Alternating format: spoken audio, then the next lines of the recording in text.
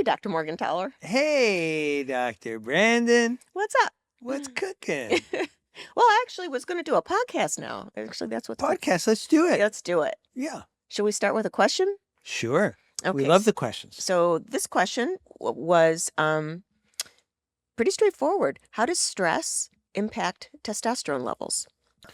Before we start, a small disclaimer. The Sex Doctors podcast is not a substitute for medical or psychological advice. Oh, that's a good one. Yeah. Yeah, it lowers it. Should we go on now? Can you say anything else? Yeah. Everything else to add? So, it's stress affects our brain. It affects our hypothalamus. And the hypothalamus in the brain is involved in putting out the hormones that tell, in this case, the pituitary gland to secrete other hormones like luteinizing hormone, which in turn goes to the testicles and tells the testicles to make testosterone. And under stressful conditions, the hypothalamus responds by not putting out as much of a stimulation signal for the other hormones to happen.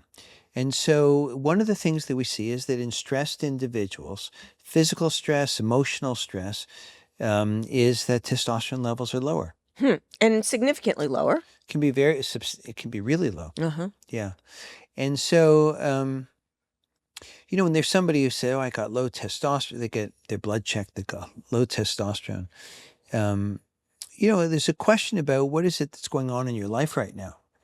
Because if there's major stress, it's possible that the low testosterone may resolve over time. Mm-hmm. The younger you are, the more likely that's a possibility. Mm-hmm. More realistic, it's a possibility. Assuming their stress resolves. Assuming their stress resolves. If you're 50 and above, it starts becoming less likely. Oh, wow.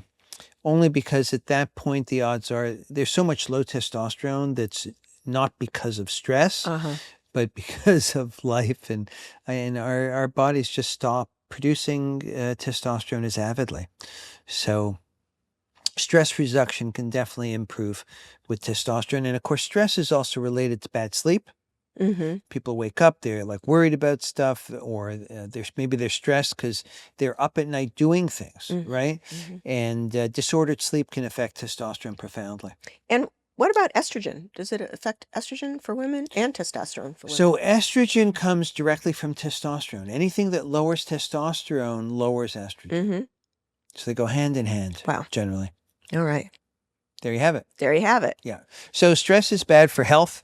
And one of the ways that it affects health is by lowering testosterone. Okay. And if you're, and whatever it is that estrogen is providing for the body, male or female, because estrogen has some actions in men too, then estrogen is going to be lower too.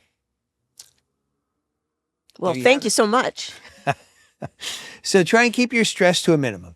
Right. That's what I would say. And get a good night's sleep. Okay. Very important. Yeah. Well, easier said than done oftentimes. I know. Yeah. For all these things. I know.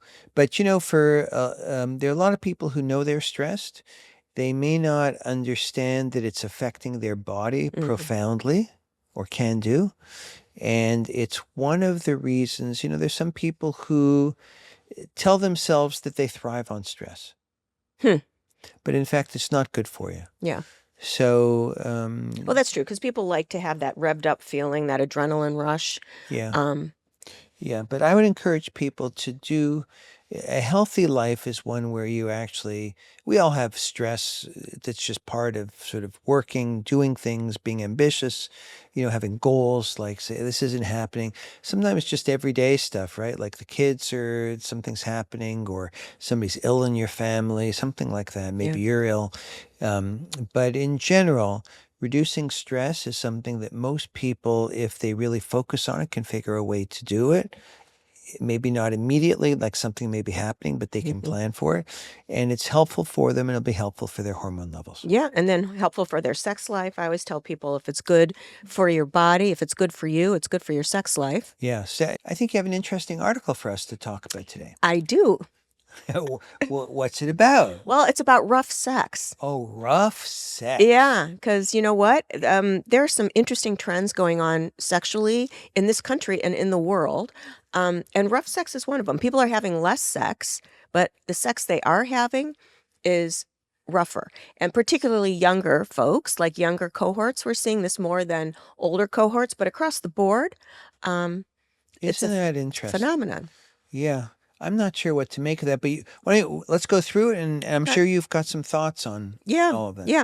So this was just published by Herbenek and her colleagues from University of Indiana, and she's been studying rough sex for a while now, Yeah. for maybe 6 years or 7 years, Yeah, I've seen because her of name with that. Yeah. exactly the phenomenon of choking on college campuses really caught her attention, and she's sort of been looking at it from different angles for a while now.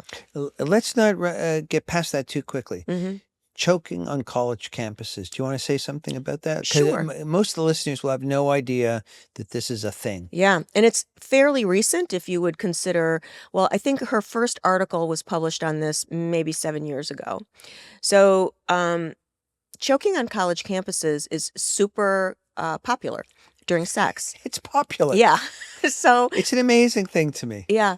So, for example, in one of her fairly recent studies, she found that a quarter of women were choked during their last sexual experience, This got to be like college age women, Right. right? All college age. Isn't that incredible? A Yep. quarter of women Yep. in college, Yep. their last sexual experience involved choking. Right. Oh my God. And, one of the comments was they're more apt to be choked than to sort of have a vibrator during their sexual Oh my experience or God. something. I'm a long way from college, but let me tell you, that was like, I don't think I ever heard of Yeah. choking during sex. Well, that's one of the things, is that this used to be not something that folks really even considered Yeah. a decade ago. Where's it come from? Well, that's one of the questions. And so obviously the first thing people think of is porn, because porn actually has consistently become more aggressive. At least that's what one study shows that I was recently sort of Yeah. lecturing about. And But people learn, I think people learn what they're supposed to do. Young people, yeah, that's where they're getting their sex education. for if sure you they're will. getting, yeah, and they're getting it young. So when you start seeing sex at age 12 that looks like that, Yeah. you would, even if you were told that's not how people have sex, you still would Yeah. kind of assume unconsciously that that's how people have sex. 'Cause Yeah. that's the only image you've got is stuff that's pretty aggressive. Yeah. So when you grow up without sex education and then learning from porn, I would think that would have Yeah. something to do with it. Amazing. Right. And so also there's more dialogue about rough sex on social media and, on TV and lyrics of songs. So it's kind of become part of the Wow. culture. Yeah. It's just incredible to me. So the concern Herbenek has, and many people do, is that particularly amongst college kids, they often don't know each other that well, or they're drinking, or Right. using, maybe they're high, whatever they're doing when they're having sex. So it would make this kind of stuff that can be dangerous that much more potentially harmful, Right. because things can go wrong. Right. So it's not just a game. I mean, things can go wrong that are bad. So Yeah. a variety of medical issues can happen. Yeah. About probably 10 years ago, maybe 15 years ago, there were a couple of cases, I think they made it into the news, where somebody died from asphyxiation, Yeah, right? autoerotic. Yeah, Yeah. And, but that seemed rare. right. And, they'd have these contraptions so that I think a lot of it was with masturbation, right? With Right. solo sex. Yeah, Where somehow their airflow was restricted with one way or another. Right. And then if it went too bad and got restricted too much, they died. Mhm. But that was considered wild, like Mm. way, way out there. Mhm. This business about choking in a quarter of women, Yeah, college. describing that, Mhm. like something's happened. Yeah. And so this article that I was going to present is not just exclusively on college campuses. They were looking at a national representative sample of over 9,000 adults, Yeah. age 18 to, I think, 94. So they wanted to see the Well, prevalence. 94 is not college age, No. usually. No, they were looking at a different group. And let me just tip my hat to the 94-year-old still having sex. That's true. Yeah. Absolutely. Yeah. But so here's how they define rough sex. So they're looking at things other than choking, or in addition to choking: consensual and non-consensual hair pulling, biting, face slapping, genital slapping, light and hard spanking, choking, punching, name calling, and smothering. Smothering. Yeah. Not mothering. Smothering. Correct. Yeah. Yeah. So the interesting thing too, and I'll give you the data, is that again, people are having much less sex than they used to have. Right. So I think that's really noteworthy that people are having much less sex, but it turns out the sex they're having is considerably more aggressive than it used to be. You know what that means? I don't know. We can talk about it. Yeah. But this is the stats that they found. So within the past year, what percentage of people received any of those behaviors with consent? So 35% of women received those behaviors with consent, 27% of men, and 50 with consent. with consent. Yeah. Okay. And 50% of transgender, non-binary folks received that with consent. And then as far as performed it on a partner with consent from the partner, 30% of women, 40% of men, and 50% of transgender folks. All of this was within the past year. This was not lifetime. Yeah. And I think you just gave us numbers like with consent. Right. Receiving or, Right. or giving. So this is just like something that people are doing. Yeah. It's not like they're being abused by it. It's like, yeah, Mm-hmm. all right, I'll participate in this. Mm-hmm. So what do you make of this? So it's hard to know what to make of it. I mean, I think that, like we said, porn is getting more aggressive. It's become more a part of the culture, this concept of aggression during sex. So I think, people are also kind of more disconnected from their bodies. We're all sort of more in our heads all the time and less relaxed, like we were talking about earlier. Yeah. So I imagine too, for at least some people, it requires a little more intensity to get them in their bodies to Yeah. even feel pleasure because they're kind of dissociated from it, I would think. And also, as we're all sort of experiencing more difficulty concentrating, it's called brain rot.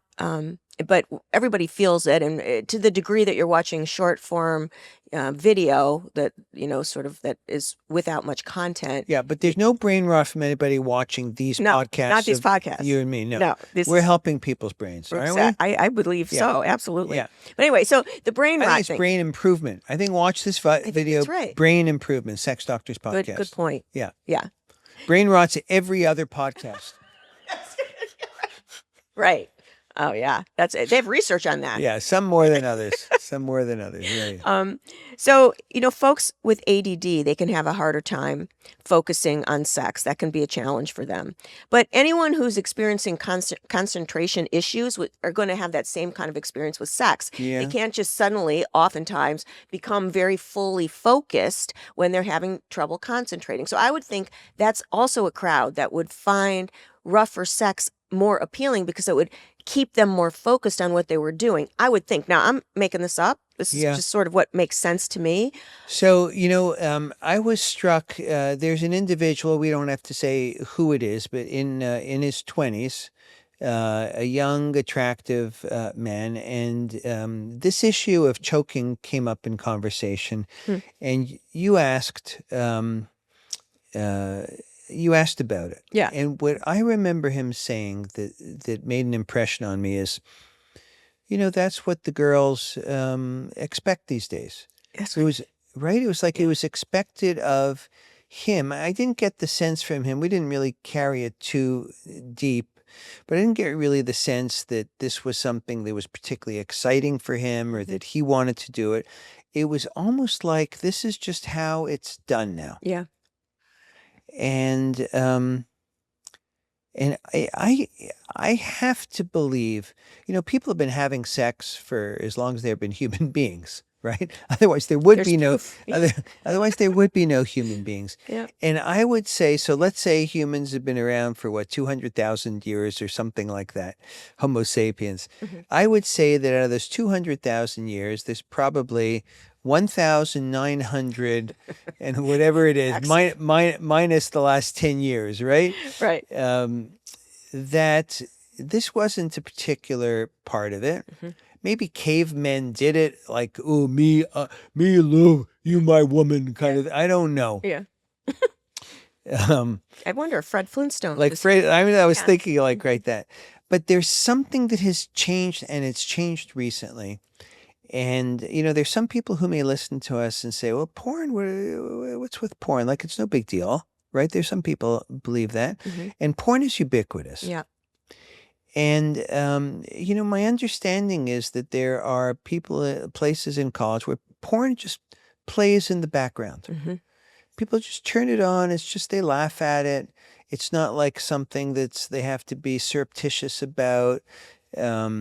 And whatever shows up, maybe something that they just figure this is what sex is. Mhm. How do people know what sex is?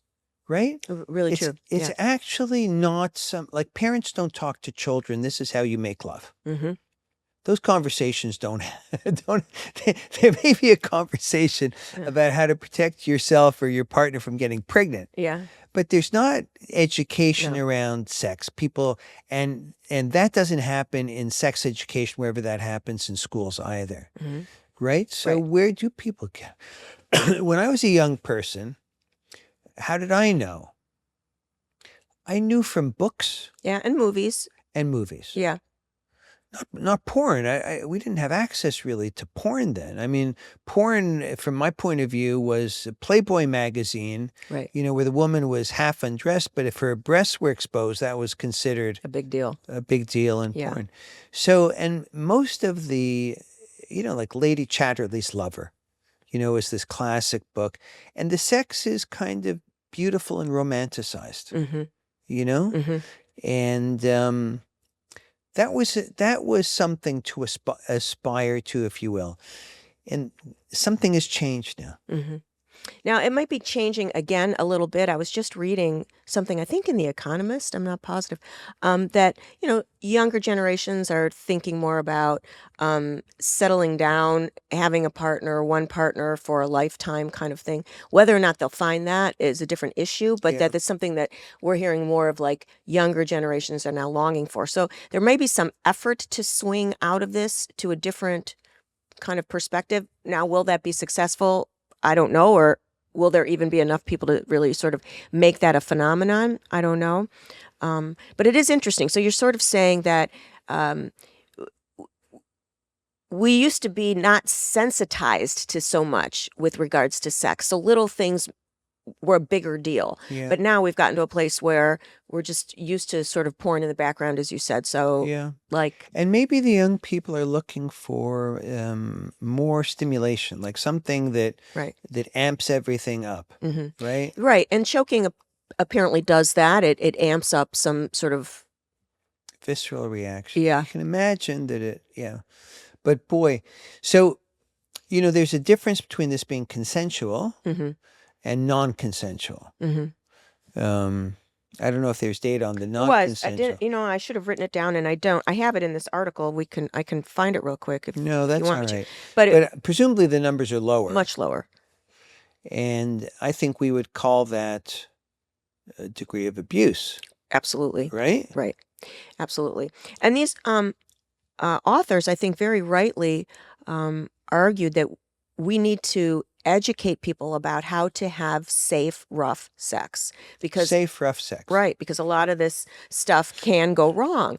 And if people align themselves with like BDSM communities and other communities that like sort of have more creative and flexible approaches Right. to sex, those communities take these things like consent really seriously. Yeah. And they talk about how to have this kind of sex safely and Yeah. how to read your partner and have cues and aftercare after the experience to check in and all of this stuff. Right. So if people are doing this largely without those kinds of communities, that would mean that they're not necessarily educated about how to do this safely. So Right. so that's something that I think is a very important point. That the Yeah. communities are there and not hard to 50 find. Shades of Grey. Yeah, yeah. Oh, yeah. He had the dungeon or Mhm. something like it. Yeah. Mhm. Special room. Mhm. But so the BDSM stuff has been around forever. Mhm.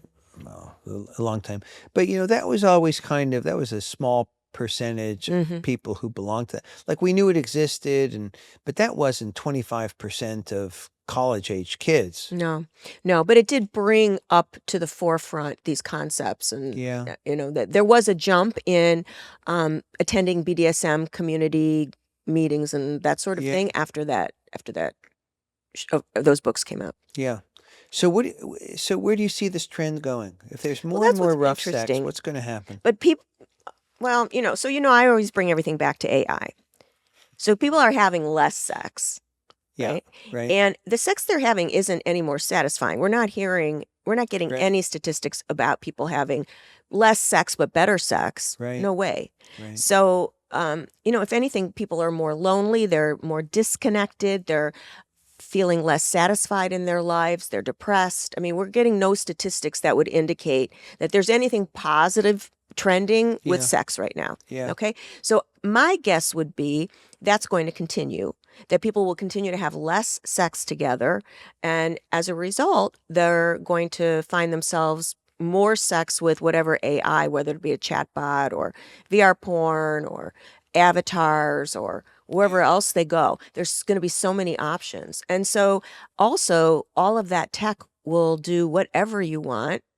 So, it's going to be completely in agreement with any fantasy or whatever else. So, it's going to make anything that is more unusual that much easier to obtain. And it's really just to create pleasure for the person using it. Yeah. So it's powerful stuff. So my guess is people are going to continue to have less sex, not more sex. And where it will go with the rougher sex, I'm not sure, but I really do think people are going to just be going more and more toward AI for intimacy. Yeah. I've got nothing against people doing sexually whatever it Yeah. is that turns them on, gives them a good experience. But what strikes me, especially with the college age kids or the young adults, is that there's a lot of sex that sort of happens at the very, very beginning of a relationship. Yeah. Or I shouldn't even say that. Maybe they don't even have a true relationship. Mhm. Like it could be a one-off. But the sex happens almost as a requirement for the next step in the relationship to take place, right? So you have sex with somebody. Do you want to see him again or not? But if you're not going to have sex, maybe like there's no attraction there and it's not going to happen. Mhm. And, there's different kinds of sex, obviously. But it seems to me that rough sex with somebody that you don't know well doesn't necessarily give you the opportunity for closeness, Right. right? Mm. And in some ways, I could even see it as being a way to be more standoffish, Mhm. right? Mhm. It's almost like you're playing roles, you're play acting, and the real person isn't there. You talk a lot about vulnerability. I suppose there's a certain kind of physical vulnerability, and Mhm. maybe if you want to be choked and you're getting choked, like, I suppose. But there's a different kind of emotional vulnerability that can happen with, let's use an old-fashioned term, lovemaking, Mhm. right? Where people get into each other in their bodies and they make eye contact and all that, that sometimes can be the beginning of an actual relationship, Absolutely. right? Right. Yeah. With true vulnerability and like this like special magical experience that they share. And it seems to me that the more you're doing things like hair pulling or slapping or whatever, that's keeping somebody at a distance. I think that's a really good point because what we're hearing more from younger people is that it feels more vulnerable to show up emotionally than to show up sexually. And Uh-huh. and I think that relates exactly to what you're To saying. show up as you are. Yeah. Yeah. I always thought that what people really want in a relationship is to be accepted for who they are. Mm. Mhm. So if you're play acting, you're not there, Yeah. Good right? point. Yeah. Well, Dr. Brandon, Yeah. So this is, we talk a lot about social, sexual mhm. trends. Mhm. This is not one that excites me for the future of humankind. No, yeah, I know. Yeah. Well, mhm. I mean, I'm not saying people shouldn't have fun doing whatever they want. By all means, have at it. Mhm.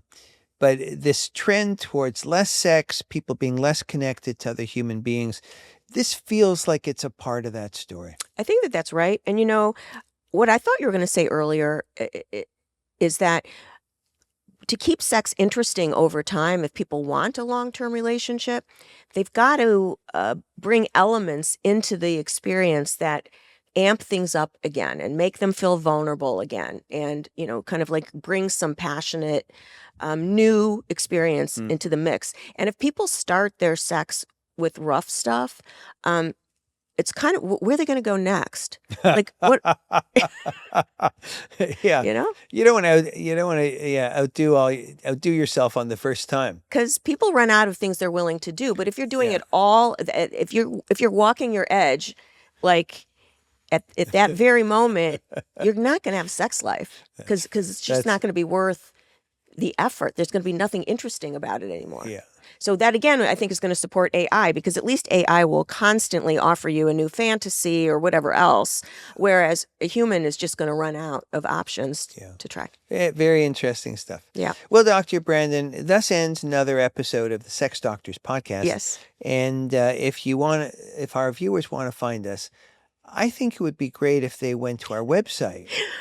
Really, that is such a fabulous idea. What is that website? It is thesexdoctorspodcast.com. And what should they do when they get They there? should subscribe. They should send us notes and tell us, give us questions. Give us questions. We get a lot of testosterone questions. Yeah. But you can ask questions about sex or relationships. Yeah. I mean, I'm a clinical psychologist and a sex therapist. You can ask stuff about that. I would see you in a heartbeat. Oh, thanks, babe.